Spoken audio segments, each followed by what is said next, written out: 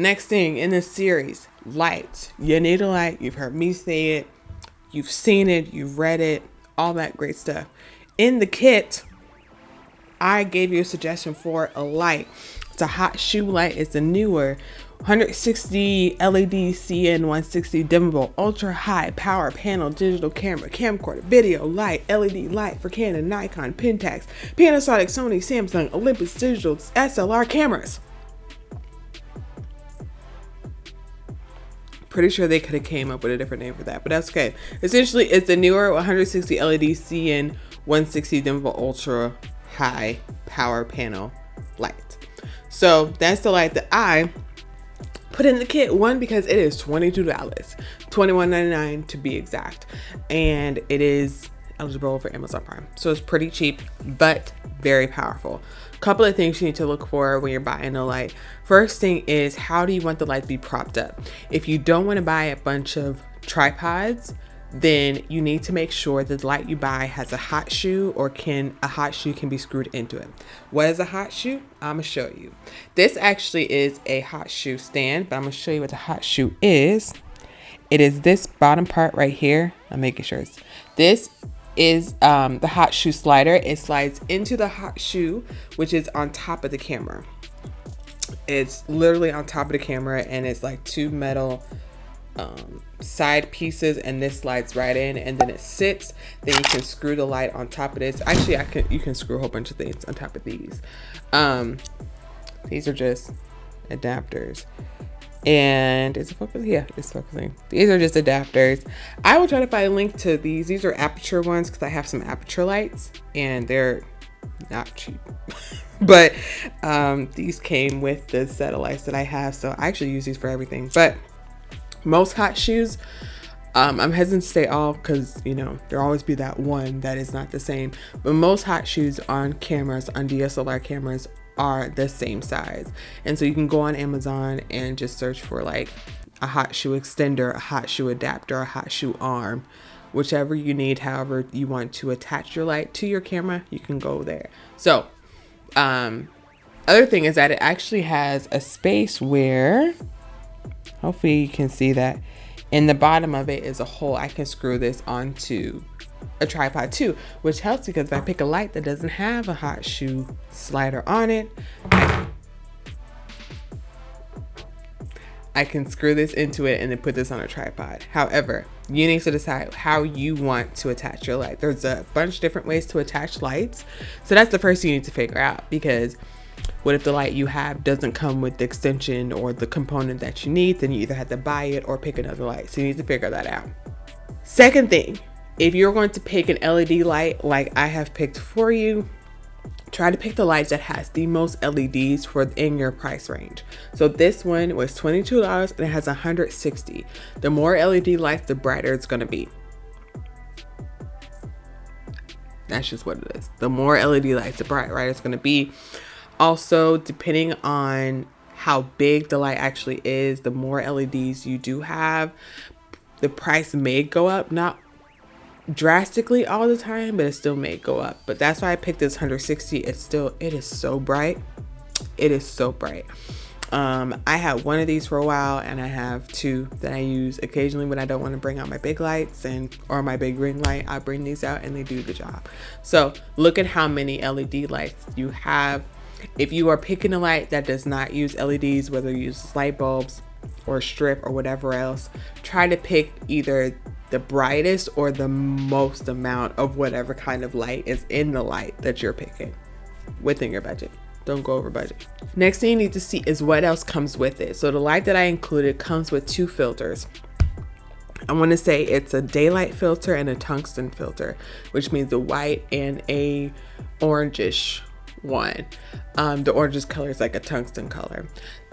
These filters do a couple of things. It diffuses the light, which means that it's softer. I actually have I think it was an IDT video on what it looks like when lights are diffused and when they are not, and I will link that somewhere. Might be on the screen description bar, depends on where you're watching this, but I will link that so you can see that. It just makes the light softer and prettier. And most lights that you see on professional sets and professional videos and movies, etc., so on and so forth, are diffused. And so those filters diffuse them. It also helps correct the lighting. So if you're filming in a place that have lights that are more blue, then the daylight one or even the tungsten one will counteract that so that you don't have to do so much editing in post-production. Next thing you need to look for is, can you adjust the brightness of the light? Meaning, does it have a range? Does it have a wheel? Does it have different buttons where you can go high, medium, or low? What does it give you options? Does it give you options? Does it give you options? Does this one that I recommended give you options? The answer is yes. It actually has a wheel that you can do this with and have an almost infinite number of brightness and dimness so that you can adjust it to whatever your lighting needs in the space that you're in. The last thing I would look at is, how is it powered? Do you have to plug it in? Can it be batteries? Is it batteries you can buy at Walmart, or do you have to buy batteries like camera batteries at the store? At the camera store, not at Walmart. Those are all things that you need to be aware of. How easily attainable are the batteries or the power source for your lights? Now, I have lights that have various sources. I have lights that have to be plugged in, and that is their only choice. And so I bring those on certain projects. I have a light, actually it's not on right now, but it's on top of my camera because I was using it. I'm not using it for this video because I don't need to, but is actually on my hot shoe, and it actually is a USB one. I like this one because it's light. Actually, let me get it. Okay, so I decided to get it because I'm not using it, like I said, but this is the hot shoe ring light. Oops, this is a hot shoe ring light I was using. I'm not using it right now, and I like this one because it is USB. So this is actually my Apple wall charger, but it is just, it's gonna focus, there we go. It is just a USB. So this means that I can plug this into a wall plug. I can plug this into my laptop. I can also plug it into, I didn't bring it, but I have a power bank. I have actually a very powerful power bank. I take it with me when we go on international trips. I don't have it up here. My bad, I don't have it up here. But it lasts a really long time, but it has USB inputs in it. So that means that I could plug this into my power bank, which actually I bring my power bank with me when I use this light and I'm filming somewhere that's not in my office. I will bring it and it powers it just fine. So you can get a light like this where you have those options. You can also get a light, sit that down, makes a lot of noise here. You can also get a light like the one that I suggested. The light that I suggested, it runs on AA, right?